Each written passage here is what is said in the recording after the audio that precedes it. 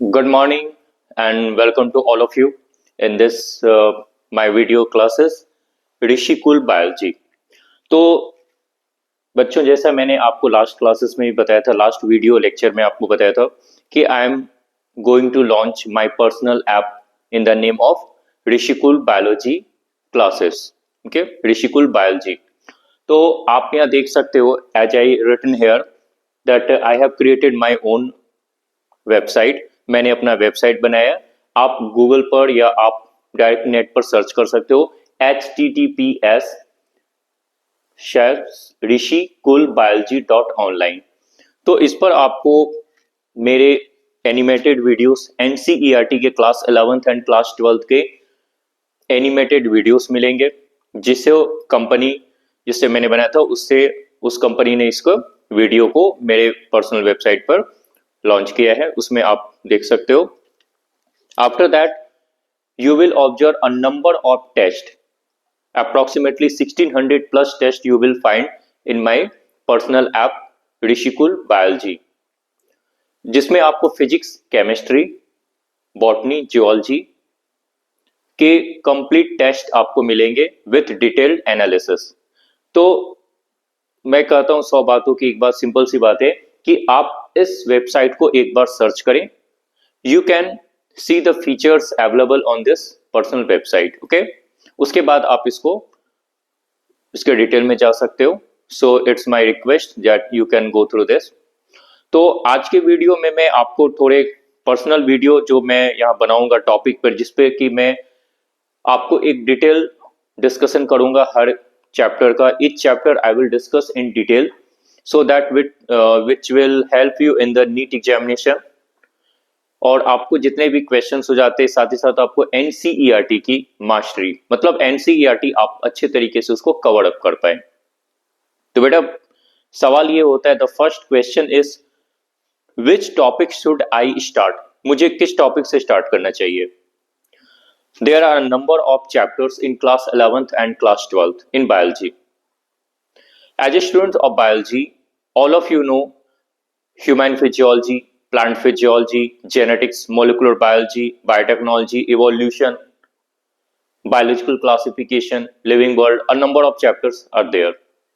But which chapter should I start? मतलब किस chapter से हमें स्टार्ट करना चाहिए, right? This is the question कि कौन सा चैप्टर, कौन सा टॉपिक पहले स्टार्ट करें। तो बेटा आज मैं आपको बिल्कुल, जैसे मैंने आपको बताया कि ये बिल्कुल आप रिलैक्स वे में इसको समझे, और टाइम की ऐसी कोई हड़बड़ाहट है नहीं कि आपको कि टाइम को लेकर, क्योंकि ये ऑनलाइन क्लास है, आप इसको हर चैप्टर को, हर एक टॉपिक को आपको डिटेल में समझ नहीं है पाते। ठीक है, तो आज मैं आपको पहले बताता हूं कि चैप्टर्स या बायोलॉजी आपको सीखनी है, तो बायोलॉजी को अच्छे से सीखनी है, डिटेल में सीखनी है, तो आपको किस चैप्टर से स्टार्ट करना चाहिए। Which chapters you should start first. 3 chapters are there. या आप ऐसे देखिए, class 11th NCERT in unit 3 of class 11th there are 3 chapters given. The first chapter is cell, the unit of life. Next chapter is cell cycle and cell division, and the third chapter is biomolecules. आप जब भी biology पढ़ना start करें तो ये 3 chapters को सबसे पहले आप कवर अप करना स्टार्ट करें। इन 3 चैप्टर्स को आप पढ़ें। क्यों, मैं ऐसा क्यों कर रहा हूं? बिकॉज ये 3 चैप्टर्स ऐसे हो जाते हैं जिसमें आपको, जैसे सेल साइकिल एंड बायोमोलिक्यूल्स पढ़ लिया, उसके बाद चाहे आप प्लांट फिजियोलॉजी पढ़ो, ह्यूमन फिजियोलॉजी पढ़ो, आपको ज्यादा प्रॉब्लम नहीं आएगी, क्योंकि बेसिक चीजें आपने इन 3 चैप्टर्स में सीख ली है। So you can say that these 3 chapters are considered as basic chapters in biology. This is the reason why I start biology class 11th unit 3 with the chapter cell, the fundamental unit of life. तो बेटा जैसे मैंने आपको बताया, Rishikul biology, this is my personal website, you can search and you can review on it. आप इसको खुद से देख सकते हो। Very soon I am going to launch the personal web, जो आपको गूगल पर अवेलेबल होगा, आप उसको डाउनलोड कर सकते हो। that is the name of Rishikul Biology app. Okay, so start the topic. The first topic, first chapter name is Cell, the fundamental unit of life. One thing I would like to share all of you, एक बात मैं आप सारे बच्चों से यहाँ कहना चाहूंगा कि जो चैप्टर्स या टॉपिक्स मैं अपने ऐप पर जो मैं अपलोड करूंगा तो ये ज्यादा ड्यूरेशन का नहीं होगा। 15 मिनट से लेकर ये 30 मिनट्स तक होंगे, 15 मिनट से 30 मिनट तक के होंगे, क्योंकि बच्चे कंटिन्यूसली लंबे वीडियो लेक्चर्स देखना पसंद नहीं करते हैं। तो ये छोटे वीडियो लेक्चर्स में आपको कंप्लीट डिटेल कोई भी चैप्टर, चाहे आपका सेल हो जाए, cell cycle and cell division हो जाए, ये आपको छोटे वीडियो लेक्चर्स में आपको इस वेबसाइट पर, मेरे personal app Rishikul biology app पर आपको अवेलेबल होंगे। Okay, so it's my personal request, आप मैक्सिमम इसे शेयर करें, अपने फ्रेंड्स के साथ शेयर करें, ताकि इस वेबसाइट का बाकी बच्चे भी यूज कर सके। ओके, तो आप जैसे देखोगे, this chapter starts with the name of the chapter is cell, the fundamental unit of life. तो बेटा बात ये हो जाती कि आप ये चैप्टर आपका द यूनिट ऑफ लाइफ या the fundamental unit of life के नाम से ये चैप्टर है। तो पहले यहां आप इस टॉपिक को, चैप्टर के नेम को पहले हम लोग समझते हैं। ओके, सारी बातें आपको इजीली समझ में आ जाएंगी। Why cell is called the fundamental unit of life. पहला सवाल तो ये है कि इसे फंडामेंटल यूनिट क्यों कहते हैं, लाइफ या लिविंग ऑर्गेनिजम्स की फंडामेंटल यूनिट क्यों कहते हैं। ओके, देखो जो साइंस आप पढ़ते हो, हम लोग सब जो साइंस स्टडी करें, ऑब्वियसली ये साइंस क्या हो जाती है, science has been categorized into two types, दो तरह से साइंस को बांटा जाता है। जब मैं नॉन लिविंग ऑब्जेक्ट्स की को स्टडी करता हूं, जैसे आप ये देखो, दिस इज द, ये मार्कर है। Okay, this is a solid, मैंने कहा this is solid, this is the called physical aspect of the thing. Okay, इसके मैंने फिजिकल एस्पेक्ट की बात की, this is called, this comes under physics. Second thing, this is made up of plastic. Then I talked about the chemical aspect, मैंने इसके chemical aspect की बात की। तो both physics and chemistry, physics और केमिस्ट्री, ये दोनों आपके क्या होते हैं, these two are non living science. मतलब यहां हम पढ़ते जिस भी ऑब्जेक्ट के बारे में, जैसे ग्रेविटेशन, फिर इलेक्ट्रोस्टैटिक्स, करंट इलेक्ट्रिसिटी, या chemical bonding, all these are related with non living things, यानी नॉन लिविंग साइंस है। When we talk about cell, microorganism, bacteria, human, plant physiology, all are related with living things. So these are called living science or life science. Okay? हाँ, we should not get confused. हमें ये confuse नहीं होना चाहिए कि क्या sir physics और chemistry के जो लॉज हो जाते हैं, रूल्स हो जाते हैं, क्या वे लिविंग वर्ल्ड में भी अप्लीकेबल है? 100% एब्सोल्युटली ये अप्लीकेबल है।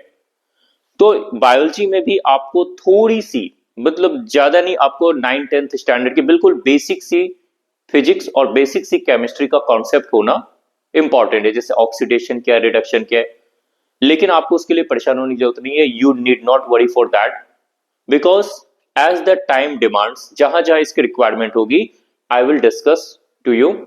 मतलब मेरा अल्टीमेट पर्पस है कि बायोलॉजी आप बच्चों के लिए 11th-12th की बायोलॉजी, नीट लेवल के बायोलॉजी बिल्कुल सिंप्लीफाई वे में मैं प्रेजेंट करूं, और जितना ज्यादा आपके लिए मैं, मेरी अपनी ओर से मैं 100% आपके लिए सपोर्ट करूं, so that biology should be very easy and you must score 350 plus, minimum से minimum 350 plus out of 360 in the NEET examination. Okay, this is the minimum target, 350 plus. Okay, you must score 360 out of 360। चले, तो अब start करते हैं। मतलब we are studying about, we are talking about living organism और life.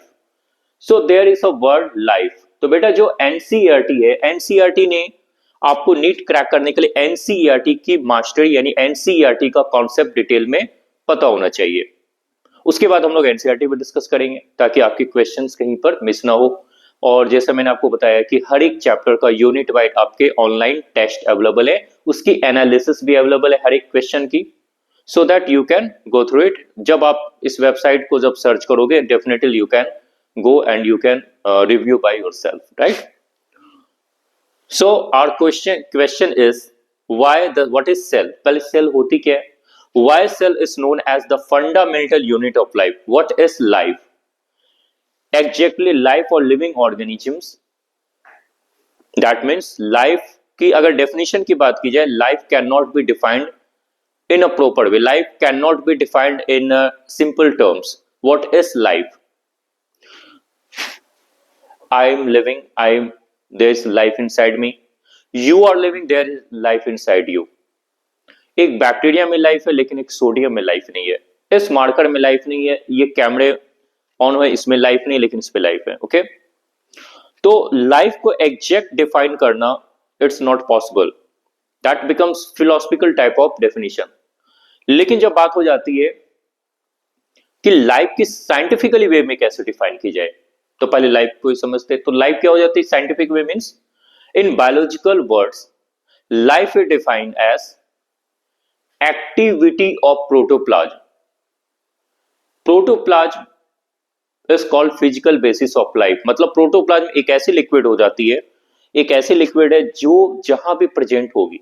Okay, जैसे मान लो क्या हो जाता है, आप किसी भी लिविंग ऑर्गेनिज्म की बात कर दो, smallest living organism like Mycoplasma galisepticum. Mycoplasma is considered the smallest living organism in this world till now.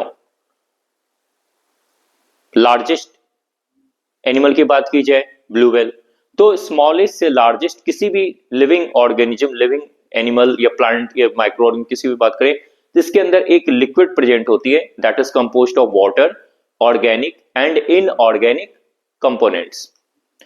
ये लिक्विड जहां जहां भी पाई जाएगी वो सारे लिविंग में काउंट किए जाएंगे। This liquid is called protoplasm. क्या कहा जाता है इसे? Yes, protoplasm. So this liquid is present, this protoplasm is also known as physical basis of life. इसके बारे में मैं आपको अच्छे से डिटेल में डिस्कस करूंगा, कहीं पर भी हड़बड़ाने की या घबराने की जरूरत नहीं है, क्योंकि ये अपनी क्लास है, आपका पर्सनल, आपकी पर्सनल क्लास है। तो आप जब चाहे इसको देख सकते हो और इसको हम लोग अच्छे से डिटेल में एक एक वर्ड को डिस्कस करते हुए पढ़ेंगे ताकि बायोलॉजी बिल्कुल सिंपल हो जाए। ओके, टाइम की कोई इश्यू है ही नहीं। फाइन, तो अब तक आपने ये समझा कि जहां जिसमें भी लाइफ को अगर डिफाइन किया करना हो तो क्या होता है? Life means activity of protoplasm, active stage of protoplasm, active stage of protoplasm. That means when protoplasm is active, जैसे सिंपल सा एक एग्जांपल मैं देता हूं आपको। मान लो ये आपके हो जाता है एक सिंगल सेल्ड ऑर्गेनिज्म जिसको कहा जाता है अमीबा प्रोटियस, जो कि प्रोटोजोअन प्रोटिस्ट से बिलोंग करते हैं। तो ये लिविंग ऑर्गेनिज्म है, इसके अंदर जो लिक्विड प्रेजेंट है दैट इज कॉल्ड प्रोटोप्लाज्म। क्या इस मार्कर में या इस बोर्ड में या जो कैमरा ऑन है, क्या इसमें प्रोटोप्लाज्म है? Absolutely not. अगर इसमें प्रोटोप्लाज्म प्रेजेंट होता, a protoplasm word present in all such things, definitely these were also known as considered as living. इसको भी लिविंग कंसिडर किया जाता। लेकिन इसमें आपका किसी में भी सोडियम क्लोराइड, शुगर जो भी आप कंज्यूम करते हो, that does not contain this liquid protoplasm, but this amoeba this contain the liquid protoplasm, so it is living. चलिए, अब इसमें आप देखोगे कुछ ऐसे और जिसमें जिसमें भी लाइफ प्रोटोप्लाज्म है वो सारे लिविंग कंसिडर किए जाते हैं, उसको लाइफ कहा जाती है। जब ये प्रोटोप्लाज्म इनएक्टिव हो जाता है, वर्क नहीं करता है, that condition is called dead, that condition is called dead. Even there is some difference in the two words dead and non living. Okay, non-living, this is non-living, this is not dead. Dead कौन होता है? जो living है वो dead होता है। मान लो ये कोई आपके टीनिया सोलियम है, सपोज ये आपका पैरासिटिक वॉर्ड टीनिया सोलियम है, ओके, विच कॉज है टीनियासिस। अब ये लिविंग है because it can cause all the life process activity, metabolism और इन्फेक्शन, रिप्रोडक्शन सारे कर सकते हैं। लेकिन अब ये क्या हो जाते हैं, ये डेथ हो गया, ठीक है, आपने एंटीबायोटिक लिया, इसको मार दिया, या एंटी हेलमेंथिक ड्रग्स लिए, इसको, ये मर गया, ये कोई एक्टिविटी नहीं कर रहे हैं। Okay, so now this is not called non living, this is called dead. तो डेड कौन होता है, मरा हुआ। जो लिविंग था अब उसकी एक्टिविटी खत्म हो गई, तो मतलब life process, life related activities खत्म हो गई, तो ये बन गया डेड। ओके, तो ये आपको लाइफ का मतलब समझ में आ गया होगा। तो बेटा अब बात हो जाती कि ऑर्गेनिजम्स, मतलब जितने भी लिविंग ऑर्गेनिजम्स हो जाते हैं, उनकी बॉडी किस चीज की बनी होती है। इस वर्ड का मतलब समझो, this word says cell the fundamental unit of life. किस, जितने भी living organisms, all living organisms are composed of cells, ऐसा कर सकते हैं। इसका कहने का मतलब ये हो जाता है all living organisms are composed of cells। आप कहेंगे सर ये सेल थ्योरी के पार्ट है, मैं उस पर भी आऊंगा, एक एक करके डिटेल में समझते हैं।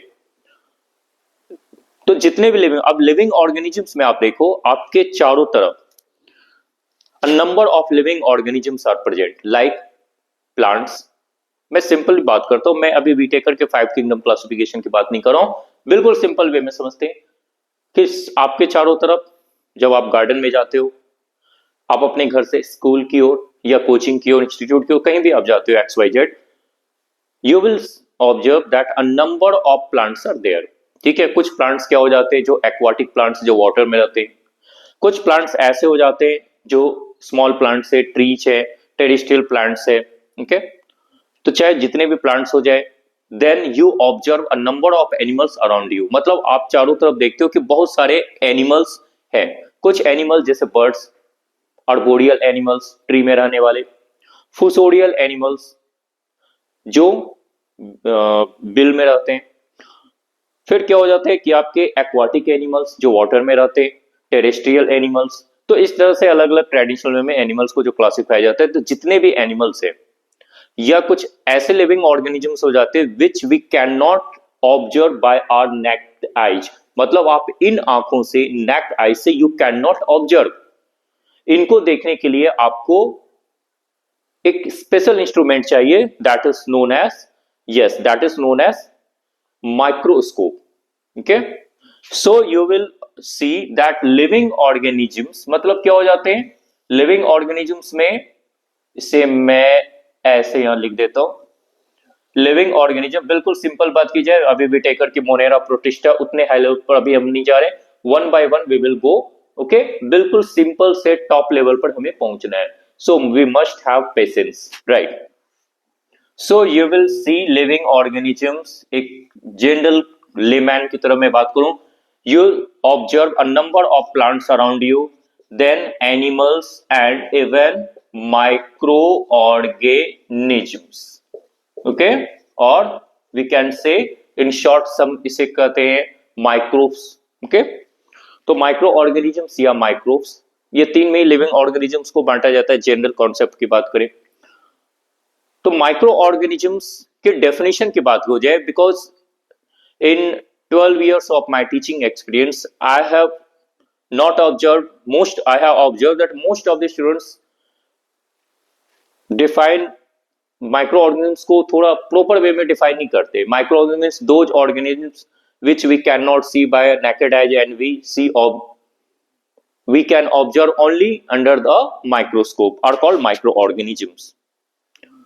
बेटा साइंस में क्या होता है ना, science is a concept, systematic study of something is called science, and science needs a perfect definition। मतलब साइंस को एक परफेक्ट डेफिनेशन की रिक्वायरमेंट होती है, एक लॉजिक है साइंस। ओके, तो बेटा माइक्रो ऑर्गेनिजम्स के डेफिनेशन की अगर किसी ने आपसे पूछ दिया कि you are student of biology, आप बायोलॉजी पढ़ते हो, तो माइक्रो ऑर्गेनिजम्स को आप डिफाइन कैसे करोगे। तो माइक्रो ऑर्गेनिजम्स को माइक्रो क्यों कहा जाता है, why this word micro is there, micro word क्यों है, यस से समझते हैं।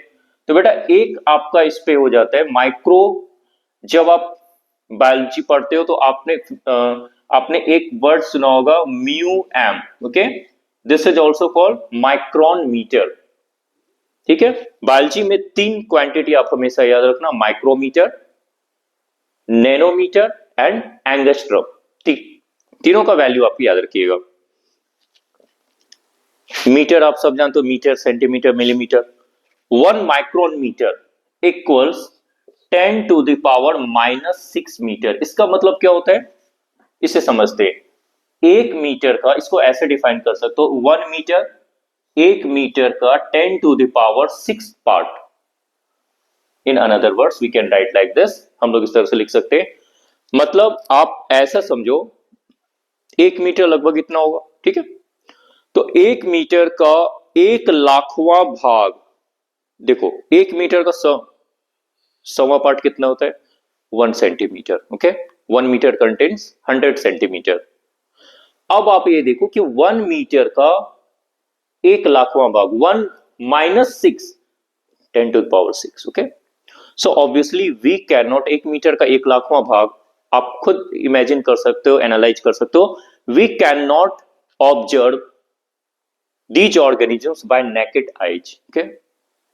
तो माइक्रो ऑर्गेनिजम्स क्या हो जाते हैं, those organisms whose body size, ऐसे ऑर्गेनिज्म जिनका बॉडी का size, whose body size come in the micron range. मतलब ऐसे ऑर्गेनिज्म जिनकी बॉडी साइज क्या हो जाती है, इस माइक्रोन मीटर के रेंज में आ जाए, these organisms are known as micro organisms. क्या कहते हैं इसे, माइक्रो ऑर्गेनिजम्स कहते हैं। क्लियर। तो आप ये देखिए माइक्रो ऑर्गेनिजम्स में, जैसे एग्जांपल के लिए आप देखो typical bacteria 1 to 2 micron metre. सबसे जो छोटी ऑर्गेनिज्म होते हैं, the smallest living organism is called, the smallest living organism is called mycoplasma gallisepticum और पीपीएलओ 0.3 माइक्रोन मीटर। तो ऐसे सारे ऑर्गेनिजम्स, इनके body size micron metre, mu m word लगा होता है।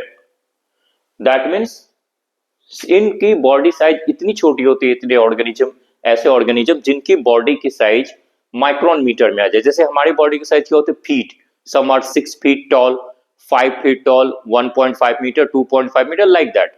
तो ये माइक्रोन मीटर रेंज में आते हैं, तो इसलिए इसको कहा था माइक्रो ऑर्गेनिज्म। अब सीधी सी बात है कि माइक्रोन लेवल की चीजों को आप नेक्ड आई से नहीं देख सकते। सो इसको देखने के लिए एक इंस्ट्रूमेंट होता है, दैट इज कॉल्ड माइक्रोस्कोप। अब ये माइक्रोस्कोप अपनी टाइप, अलग अलग टाइप के माइक्रोस्कोप होते हैं। The best microscope is electron microscope. तो माइक्रोस्कोप क्या होते हैं, इनकी एक पावर होती है, that is called magnifying power. मतलब माइक्रोस्कोप किसी भी चीज को मैग्नीफाई, यानी कि उसके साइज को एनहांस कर, इनलार्ज कर दिखा सकता है। That capacity of a microscope is called resolution power और resolving power. What do we say, resolution और रिजॉल्विंग पावर।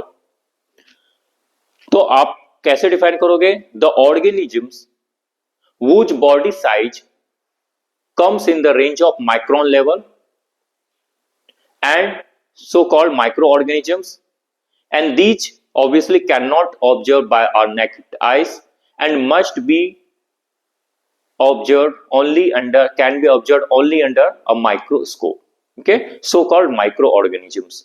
तो चलिए, ये तो माइक्रो ऑर्गेनिज्म की बात हो गई।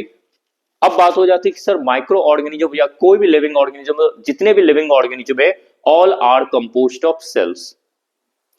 अब इसमें एक सवाल ये भी है, आप पूछ सकते हो कि सर सम ऑर्गेनिज्म, जैसे आपने यहां अमीबा बताया, a number of organisms are have only one cell. जैसे जितने भी प्रोटिस्ट होते हैं, बैक्टीरिया, बैक्टीरिया की अगर बात की जाए, bacteria are generally unicellular prokaryotic in nature. Unicellular मतलब सिंगल से, एक ही सेल के बने होते हैं, एक सेल ही होती है। सिमिलरली अगर आप प्रोटिस्ट की बात करें, प्रोटिस्टा की, किंगडम प्रोटिस्टा में, जिसको एर्नस्ट हैकेल नाम के साइंटिस्ट ने डिस्कवर किया था। So all protists are unicellular eukaryotic in nature, मतलब यूकैरियोटिक और सिंगल सेल के बने होते हैं। फंगाई में yeast is composed of single cell, plants में क्लेमाइडोमोनास सिंगल सेल्ड। ओके, तो ऑर्गेनिज्म जो सिंगल सेल्ड के हैं उसमें यूनिट की बात कहां से आ गई? तो ऑर्गेनिजम्स को अगर आप बात करें तो organisms are classified, living organisms are classified into two types based on cell की नंबर। मतलब सेल के नंबर के बेस पर के आधार पर ऑर्गेनिजम्स को आप दो टाइप से क्लासिफाई कर सकते हो। यूनिसेलुलर ऑर्गेनिज्म जिसमें कि सिंगल सेल के बने होते हैं, मल्टी सेलुलर ऑर्गेनिजम्स जिसमें एक से ज्यादा सेल होते हैं। जैसे ह्यूमन की बात की जाए तो 60 केजी के एक पर्सन में, ऐसा एनसीईआरटी और ऐसे रेफरेंस बुक कहते हैं, approximately 14 trillion cells, trillion means खरब, 14 ट्रिलियन सेल्स प्रेजेंट होते हैं। ओके, सो ऑर्गेनिजम्स में नंबर ऑफ सेल्स उसके बॉडी साइज पर डिपेंड करते हैं।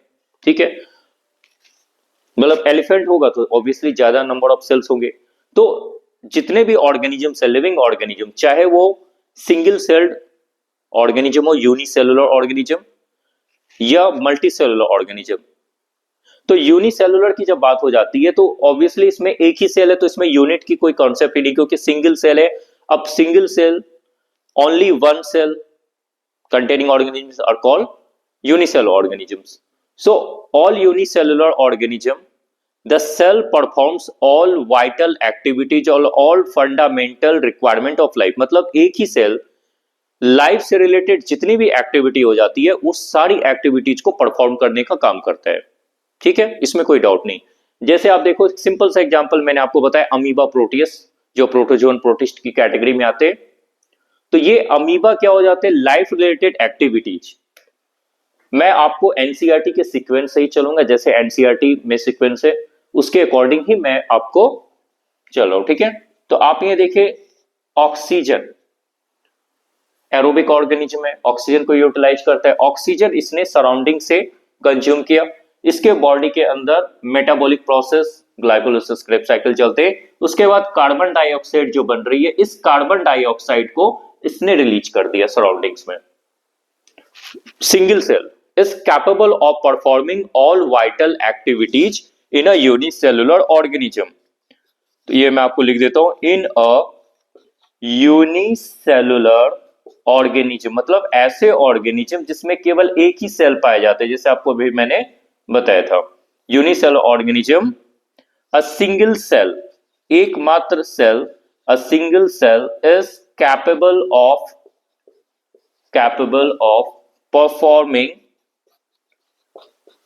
performing all vital activities alone। मतलब खुद से ही ये सारी वाइटल एक्टिविटीज को परफॉर्म कर सकती है। दूसरा भी देख लेते हैं।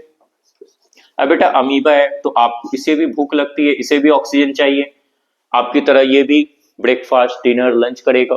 तो न्यूट्रिएंट्स इसने कंज्यूम किया और इसके बॉडी के अंदर जो भी डाइजेशन का प्रोसेस हुआ, डाइजेशन प्रोसेस के बाद वेस्ट प्रोसेस भी हो गया, तो इसने भी एलिमिनेशन किया।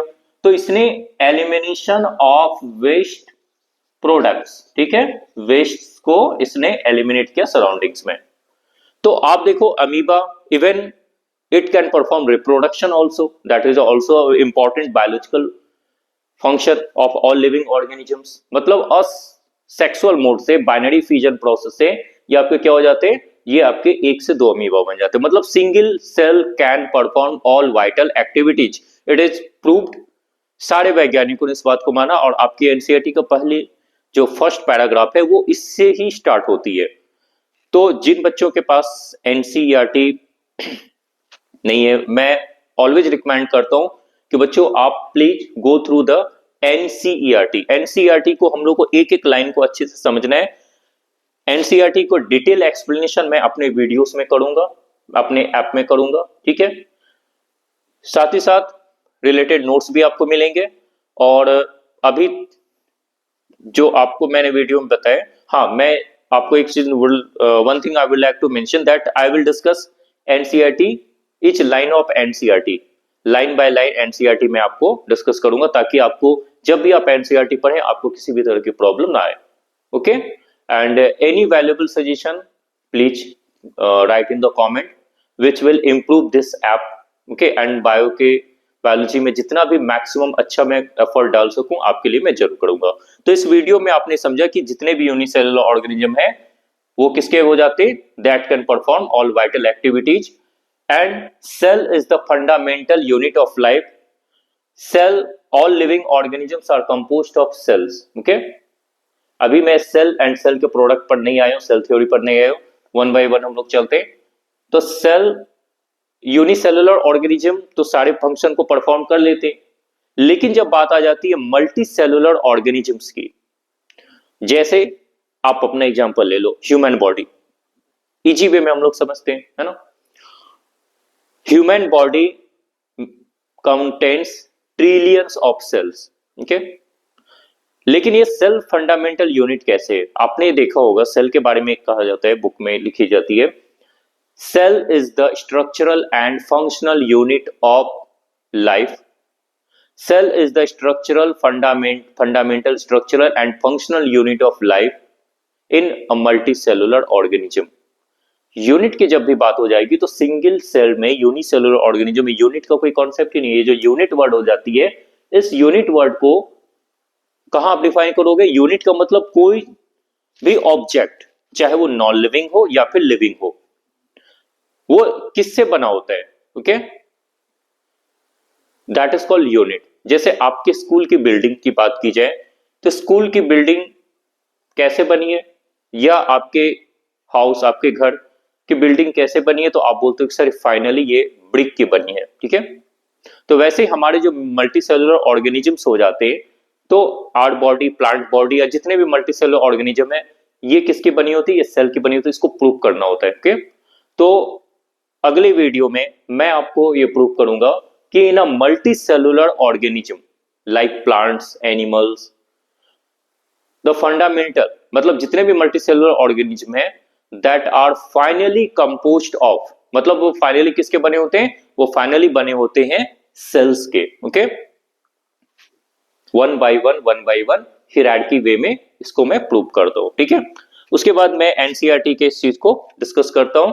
तब तक आप सारे बच्चे इस वीडियो को अच्छे से समझे, और आप इस वेबसाइट को, जो मैंने आपको यहां मेंशन किया हुआ है मेरे पर्सनल ऋषिकुल बायोलॉजी ऐप के लिए, very soon I am coming with this app with in 15 days. तब तक आप इस वेबसाइट को देखें और जो भी सजेशन और रिकमेंडेशन आप इसको करें, okay. Thank you to all of you.